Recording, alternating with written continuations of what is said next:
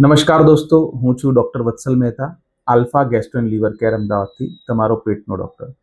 આજે આપણે બહુ જ રસપ્રદ ટોપિક પર ચર્ચા કરવા માંગીએ છીએ, જેનું નામ છે પ્રોબાયોટિક્સ. મિત્રો, આપણા મોટા આંતરડાની અંદર ઘણા બધા બેક્ટેરિયા રહેલા હોય છે અને બધા બેક્ટેરિયા બેડ બેક્ટેરિયા જ નથી હોતા. અમુક બેક્ટેરિયા ગુડ બેક્ટેરિયા હોય છે, અમુક બેક્ટેરિયા બેડ બેક્ટેરિયા હોય છે. જે આંતરડામાં બેક્ટેરિયા છે એની સંખ્યા 38 ટ્રિલિયન એટલે કે 38 લાખ કરોડ કરતાં પણ વધુ છે.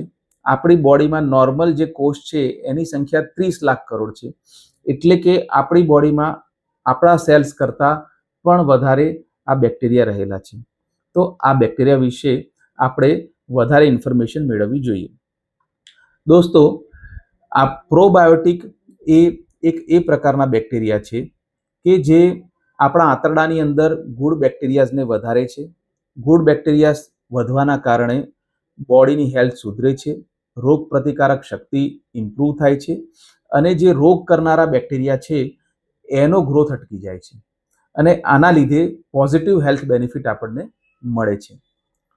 આ પ્રોબાયોટિક બેક્ટેરિયાનો ગ્રોથ વધે એના માટે અમુક પર્ટિક્યુલર ફૂડ પ્રોડક્ટ્સ હોય છે જેને આપણે પ્રીબાયોટિક અથવા પ્રી પ્રોબાયોટિક્સ કહીએ છીએ, કે જેના સેવનથી ગુડ બેક્ટેરિયાઝ આપણા આંતરડાની અંદર વધી જાય છે.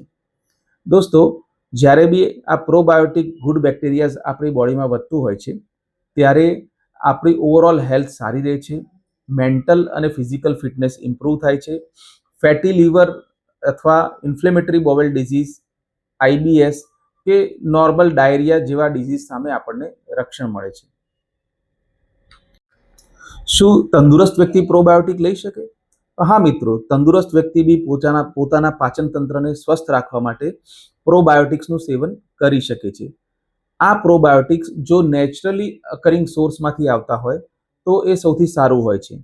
માર્કેટમાં ઘણીવાર સેલ્ફ પ્રોક્લેમ્ડ પ્રોબાયોટિક્સ મળતા હોય છે, પણ એની ગુણવત્તા વિશે ઘણી વખત આપણે 100% શ્યોરિટી લઈ શકતા નથી. આપણા ઘરમાં એવી કઈ કઈ વસ્તુઓ છે કે જેનાથી આપણને પ્રોબાયોટિક્સ મળી શકે? તો ઘરે જે બનાવેલું દહીં છે, છાશ છે, કાંજી છે, અમુક ફ્રેશ બનાવેલા અથાણા છે, ઢોસાનું ખીરું છે, ઢોકળાનું ખીરું છે, આ બધી વસ્તુમાં નેચરલી પ્રોબાયોટિક્સ હોય છે. અમુક ફ્રૂટ છે જેવા કે બનાના છે, એમાં બી પ્રોબાયોટિક્સનું માત્રા ઘણી સારી હોય છે. અને જ્યારે આ પ્રોબાયોટિક્સ આપણે રેગ્યુલર બેઝિસ પર લઈએ છીએ ત્યારે બોડીમાં એની પોઝિટિવ ઇફેક્ટ જોવા મળે છે. પ્રોબાયોટિક્સમાં ધ્યાન કોને રાખવાનું? અગર તમે બહુ જ વધારે બીમાર છો, કોઈ દર્દી બહુ જ વધારે બીમાર છે, તો પ્રોબાયોટિક્સ ઘણી વખત કામ ના કરી શકે અને ક્યારેક નુકસાન પણ કરી શકે. કોઈ પેશન્ટ અગર ઇમ્યુનિટી ઘટે એવી દવાઓ ઉપર હોય તો પણ પ્રોબાયોટિક્સ આપણને નુકસાન કરી શકે. એટલે એ બાબતનું આપણે ધ્યાન રાખવાનું છે. જોડે જોડે સારી ઊંઘ અને કસરત એ પણ એટલું જ ઇમ્પોર્ટન્ટ રહેશે. એકલું પ્રોબાયોટિક ચેન્જ કરવાથી આપણી હેલ્થની અંદર સુધાર નહીં આવી જાય. જ્યારે બી આપણી બોડી એન્ટીબાયોટિક દવાના સંપર્કમાં આવે છે ત્યારે ઘણી વખત ગુડ બેક્ટેરિયા અને બેડ બેક્ટેરિયા વચ્ચેનો બેલેન્સ છે એ ખોરવાઈ જાય છે અને આવા સમયે જ્યારે આપણે પ્રોબાયોટિક ફૂડનું સેવન કરીએ છીએ ત્યારે આપણી હેલ્થ બહુ જ સારી રીતે ઇમ્પ્રૂવ થાય છે.